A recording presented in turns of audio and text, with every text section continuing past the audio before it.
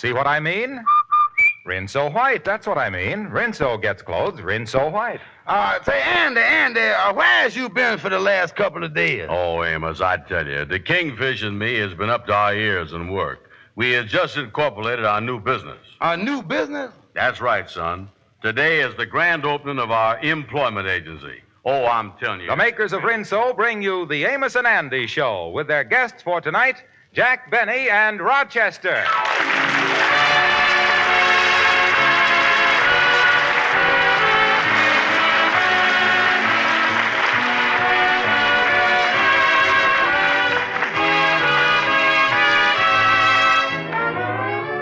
If you're ever in Montclair, New Jersey, and you hear a policeman's whistle that goes like this, it'll most likely belong to Officer William Howell. You've probably seen his picture in a Rinso ad. You see, Mrs. Howell whistles while she washes with Rinso, and Officer Howell has gotten used to hearing the Rinso whistle around the house.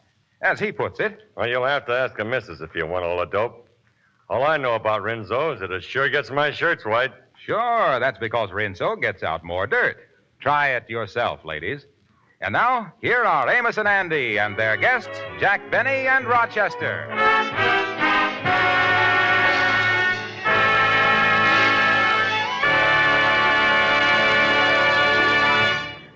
The best way to avoid having to take a job is to make sure that someone else gets it. And evidently, Andrew H. Brown and George Kingfish Stevens subscribe to this theory because they have recently opened an employment agency. As we find them now, they're talking over the prospects of their latest enterprise. Well, Andy, there you is. The papers is all drawn up for our new corporation. Now, the only thing left is to find a name for a business. And I think I already got that. Stevens and Company Employment Agency. Now, hold on a minute, Kingfish, hold on. What is that Stevens and Company? I thought we were supposed to be 50-50 partners in this. Yeah, well, I tell you, Andy, since the employment agency business was your idea, I figures to make you the most important partner. That's why I make you, the company. Company, huh? Did that make me the most important? Oh, certainly. Yeah, but wait a minute, though. If I is only called company, how is people going to know which company I is? Mm-hmm. For example, how will they know I ain't the company at the end of Sears Roebuck and? Well, Andy, they can't miss. After all, ain't you a big white-collar executive who... Say, wait a minute. Ain't that Amos in his taxi cab driving up and just stopped in front there? Yeah, that's Amos, all right. Yeah, and here he come with some fancy-dressed fella I never did see before. Hello there, Amos. Hello. Well, hiya there, fellas. Glad I found you, and I want to introduce you to a fella who just come to town. Brother Stevens and Brother Brown. Shake hands with Mr. Rochester. Glad to know you, gentlemen. Glad to know you.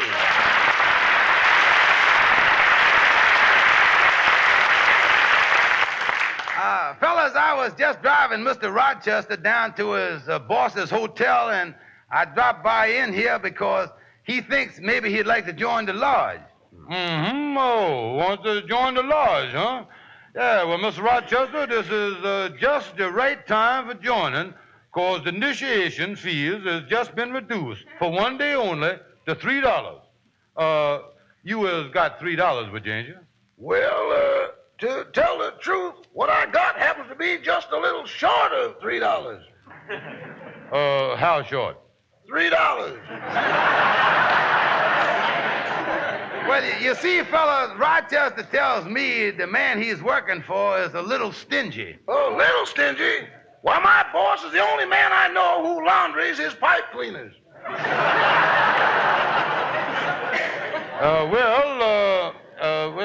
If you ain't happy with your boss, you were certainly looking at the right men's to get you a better paying job. What kind of work do you do? I'm called a valet.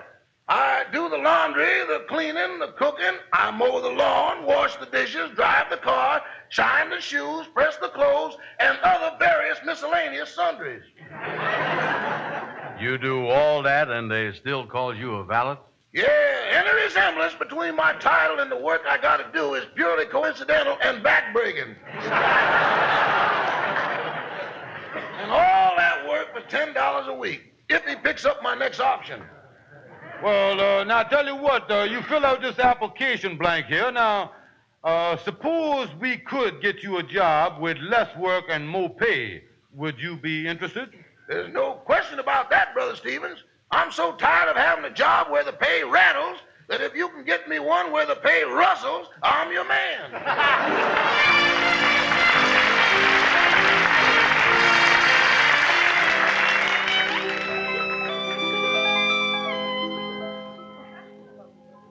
I tell you, Rochester, I just won't stand for it anymore.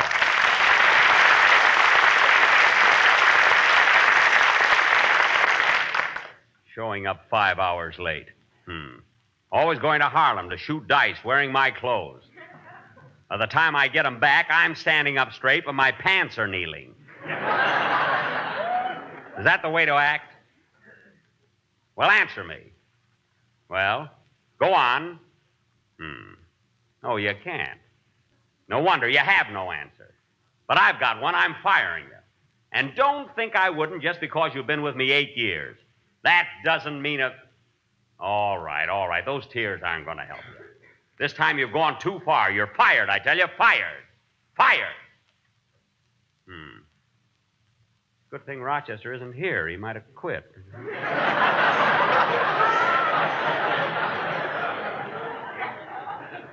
But wait a minute. Why do I put up with Rochester? Why don't I really fire him? I'll do it. I'm going out and find an employment agency right now.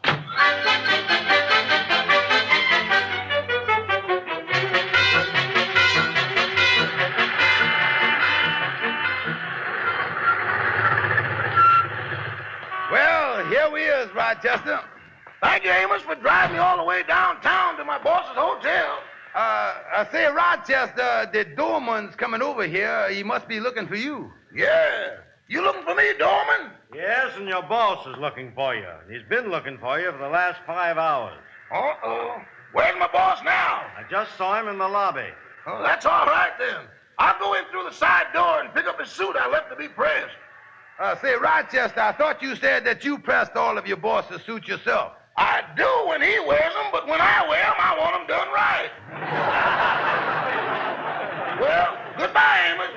I'll talk to you tomorrow. Yeah, so long, Rochester. Hey, buddy, you don't have to pull out. You can pick up a fare right here at the hotel taxi stand. Oh, thank you, Mr. Doman. Thanks very much. Thank you, sir. Oh, taxi! Taxi! Taxi right here, sir. Where to, sir? Say, do you happen to know of a good employment agency up in Harlem? Yeah, sir. A couple of friends of mine runs one. Hey, that's great. How much will you charge to drive me just a few little blocks like that? Well,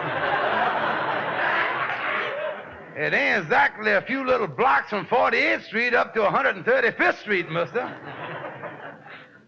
But the charges is just what it say on the meter there. Oh, well, all right. But isn't it the same price for one passenger as it is for a cab full? Oh, yes, sir. 1 of 5 make no difference in the rate, no, sir. Well, in that case, listen, driver. Yeah. Or the best you can, you know. Yeah, sir. Anybody need a cab going to Harlem? Anybody going to 110th Street? This cab goes right by 96th Street, 72nd Street. 59th Street? Too bad it isn't raining.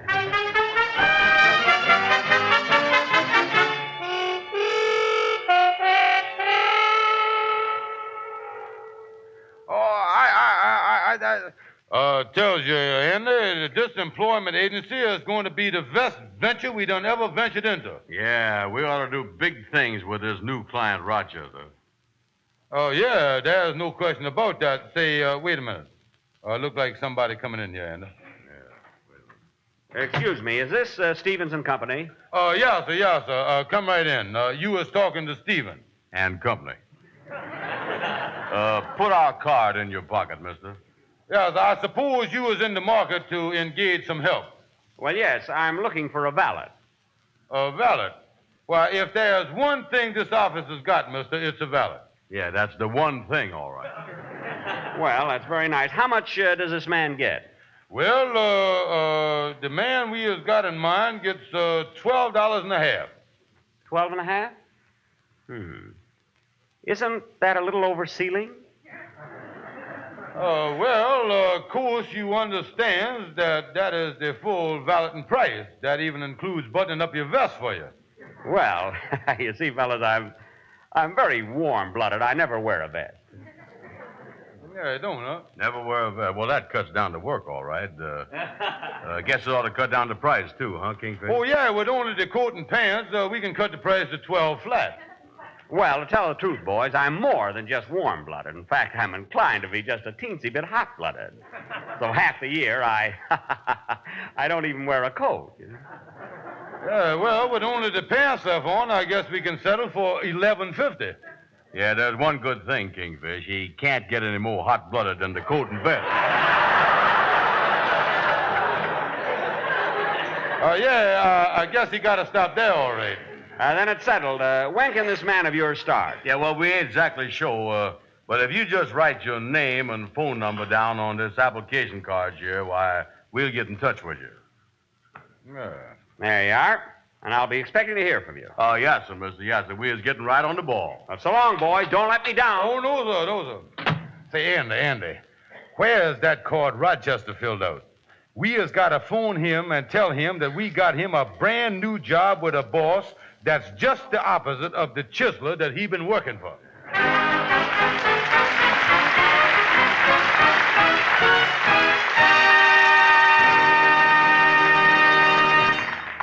Well, I wonder what will happen when Andy and the Kingfish discover that they have sold Jack Benny his own valet, Rochester. We'll find out in a moment.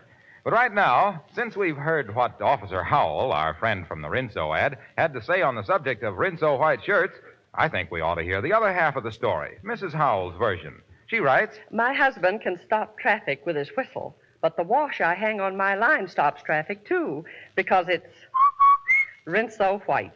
And it isn't only that Rinso gets my clothes so white, it's that it saves me so much time. With 3 children to look after and a house to take care of, using Rinso is like having a helper at every turn. And Rinso is so easy on my clothes. Those suds get my clothes clean as can be, but they're so easy on fabrics and safe for my washable colors. You bet I wouldn't use anything else. Now, I guess you're not surprised that Mrs. Howell's favorite song goes like this. Rinso white, happy little wash day song. Rinso white, birdies sing it all day long. Your clothes are so white and color so bright, you sing as you work along. Rinso white, happy little wash day song. And now back to Amos and Andy and their guests, Jack Benny and Rochester.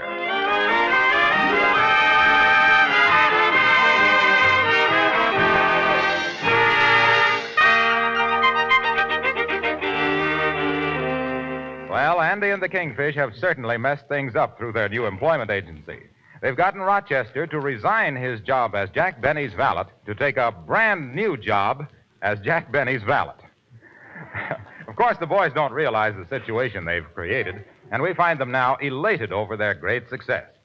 Oh, I'm telling you, Andy, this employment agency is great. The very first day we open, we gets a high-priced valet a brand new job. Yeah, at the rate we're going to need another filing cabinet for all the names of our new clients. Yeah. Say, by the way, son, don't you think we ought to see if the filing system that we got is functioning? Functioning? How are we going to do that, Kingfish? Yeah, well, you is in charge of the employees, Yeah, and I takes care of the employers. that's right. So you takes that employee's card that Rochester filled out, and I'll take that card we got from the man who's giving him the job. Mm-hmm. And we'll see how the information fits together. Say here that he worked for, Mr. Benny. Then I looks at the card I got and finds out the name of the man he is going to work for from now on. Well, what do it say on that card, Kingfish? It say that,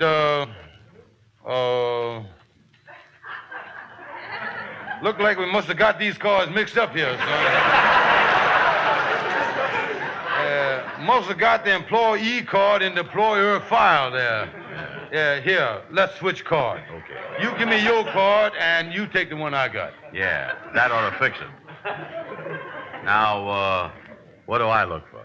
Well, now, let's get a brand new attack on this whole problem here. Now, this time, you tells me the name of Rochester's new boss. You tell me that. Yeah, well, from what it say on this card, Rochester's new boss is a man by the name of Benny. On the card you got, Kingfish, who is the last man that he worked for? According to this card, the name of the man is, Let's switch cards again.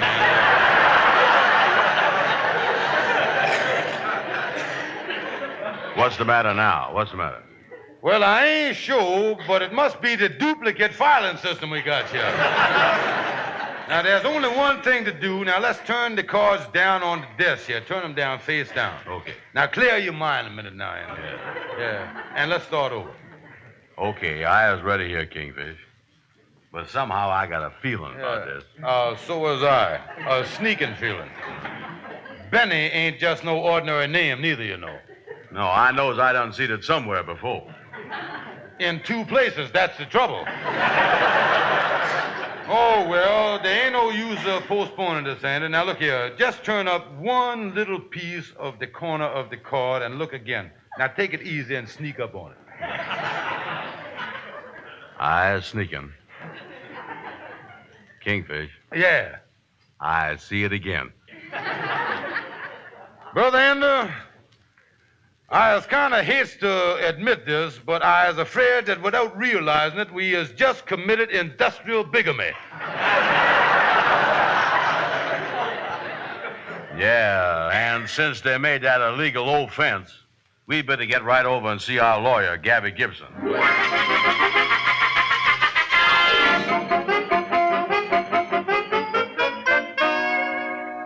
And now that we done told you the facts, Gabby, what we wants to know is we really in trouble or is we just in trouble? Boys, you're in a mess. You're really in a mess. What you done is manslaughter. Yes, indeed, it's manslaughter. Manslaughter. Oh, me. How you figure that, Gabby? Well, you messed up the job of this man. When he find out he's going to slaughter you, that's manslaughter if I ever heard it. Look, Gabby, you as attorney at law, now can't you kind of peek around the corners of the law and see if you can't discover a couple of loopholes? No, sir, don't think I can. Really don't think I can. No, sir. Not even a little one that I could crawl through alone? Now, wait a minute. Never mind the Kingfish. Find a size 42 loophole so I can squeeze through, too. There's only one way out of this, one way out of this. You got to convince Mr. Bennett this man he hired is essential and is frozen in his old job and therefore is not available, not available. Now, wait a minute there now. What does this essential mean? What's this Rochester do? What's his job?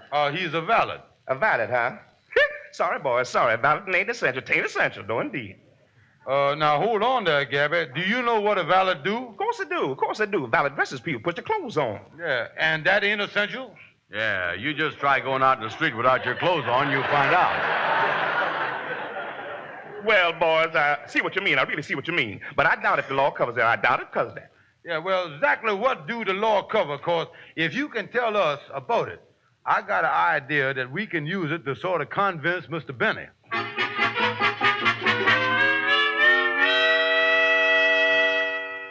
Now, I understand what you say, boys, but how is it the man was available this morning and he's frozen this afternoon?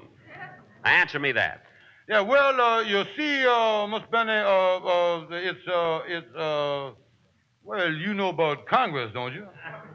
Congress? Yeah, you know, they is down in Washington. Oh. Then they haven't moved. Moved? Kingfish, was they supposed to move? Oh, no. They was lucky enough to get a lease renewed on their old players, yeah.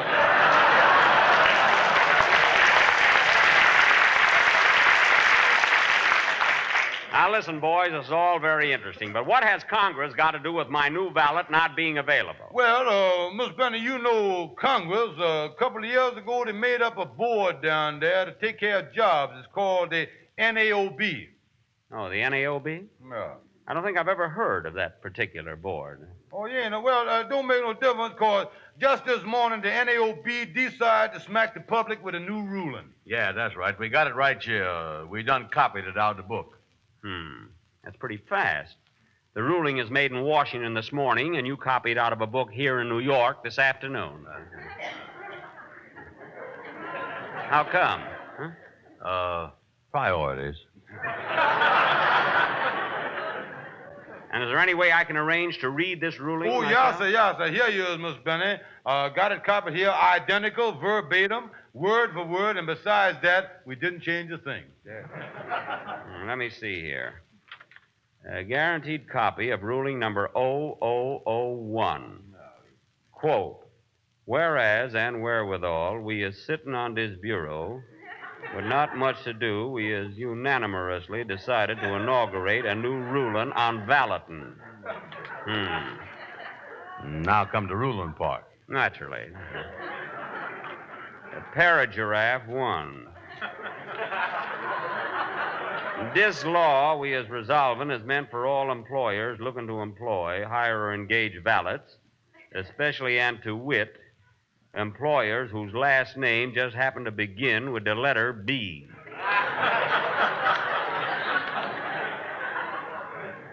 Small world. Well, that's only because they does everything in Washington alphabetical, Mr. B. Well, I'm glad it's at least impersonal, not just aimed at me. Oh, sure. Well, go ahead. Finish reading the thing. Yes, I'd love to. Last and final paragiraffe. Any person who thinks this law is unconstitutional and wants to check up with the government, this person, hereafter referred to as the stool pigeon, has got to ask permission through this bureau, and the answer is no.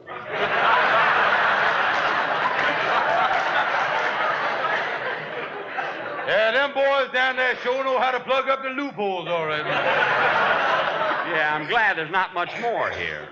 Witness my hand and seal, signed. Hey, wait a minute. Whose signature is that at the bottom of this legal booby trap? Oh, him. Why, he is the most important man in Washington. He signed all them big things. John Hancock. Look, boys, forgetting everything else, what this boils down to is you can't produce the ballot. Now, what are you going to do about it? Oh, don't worry about that. That's part of our business. If you just tell us the name of this man that used to work for you, why, we goes out and does our best to get him back for you. Well, all right. But if you don't have him working for me by 9 o'clock tomorrow morning, you two are going to be in plenty of trouble. Or my name isn't Jack B.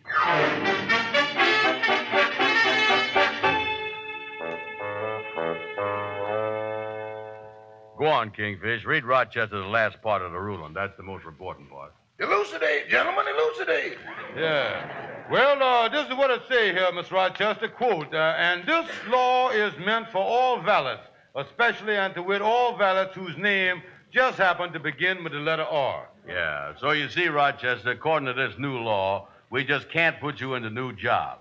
But we is willing to humiliate ourselves in front of your old boss and get your job back for you. You mean to say I gotta go back to work for Mr. Benny?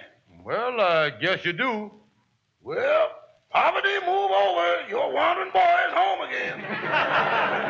Yeah, now, just put our card in your pocket here, Rochester, and as soon as this ruling thing blow over, we can get you a job that pays folding money. It can't be too soon for me. I've been dreaming of a green Christmas.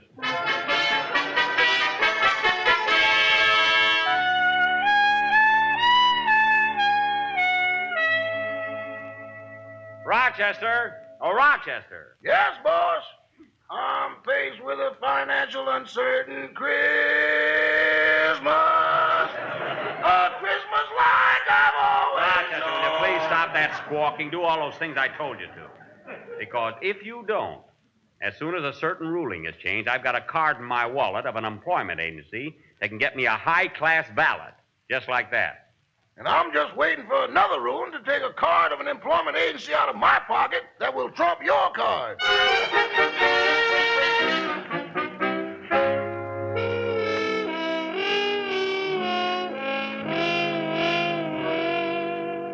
Brother Andy, don't sit there like you was dying. Oh, Kingfish, we done certainly messed up this employment agency business. Yeah, now, wait a minute there. No use getting downhearted so soon. Don't give up, Andy. Andy, you was a big executive with a white-collar job. Yeah, you're right. I is a big executive. And I'm going to keep that in my mind all the time, too. Big executives like me never give up. See there, Andy? Maybe that's another client. Wait a minute. Yeah. Come in.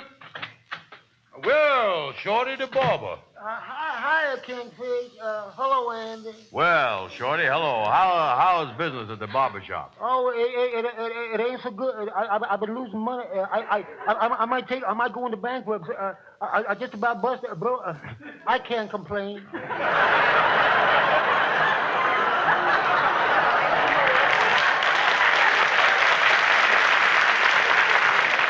Yeah, well, that's fine, Shorty.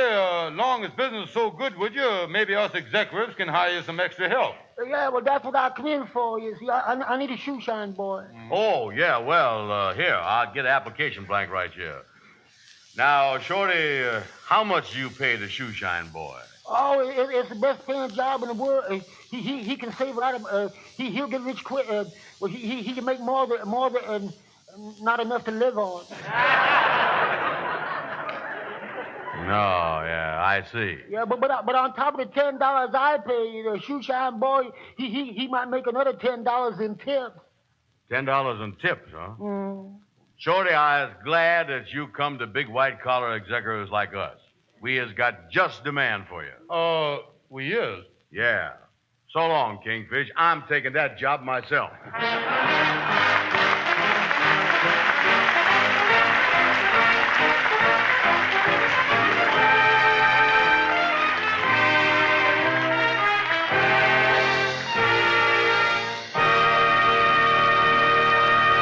Amos and Andy will be back in just a moment.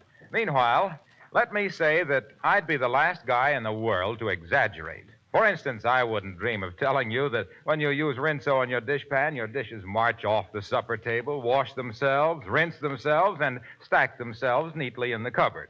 But Soapy Rich Rinso will make dishwashing a lot easier than it is with bar soaps. You don't waste time trying to get suds. No, sir. Those Rich Rinso suds soak grease and crusted food particles loose in a jiffy. A swish of your dish mop, and everything is shiny bright and clean as a whistle. And Rinso's easy on your hands, doesn't get them rough and red. So tomorrow, get Rinso for dishes, for all the soap and water jobs around the house, and for a Monday wash that's Rinso White. And now, let's hear what Amos and Andy are talking about. In other words, Andy, Rochester's going back to work for Mr. Benny, huh? Yeah, too bad, too. I sure feel sorry for him. Yeah, that must be a tough job, all right, working for Mr. Benny. Rochester claims it's the only private home in America that's got a swing shift.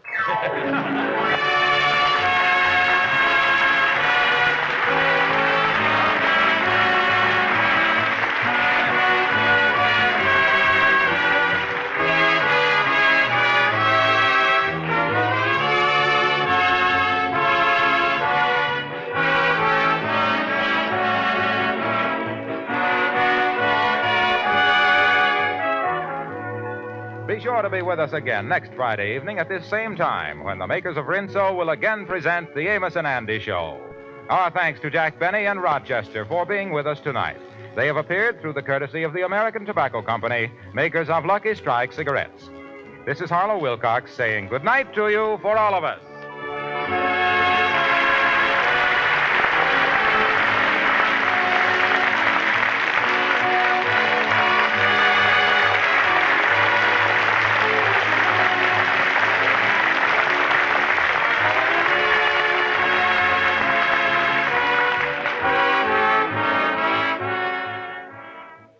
Why is Lifebuoy America's favorite bath soap? I'll tell you two big reasons. Lifebuoy in your daily bath gives all-over protection from BO. Yes, from head to toe, it stops BO. And Lifebuoy gives protection that lasts and lasts. So play safe. Make sure Lifebuoy's in your soap dish. It's the only soap especially made to stop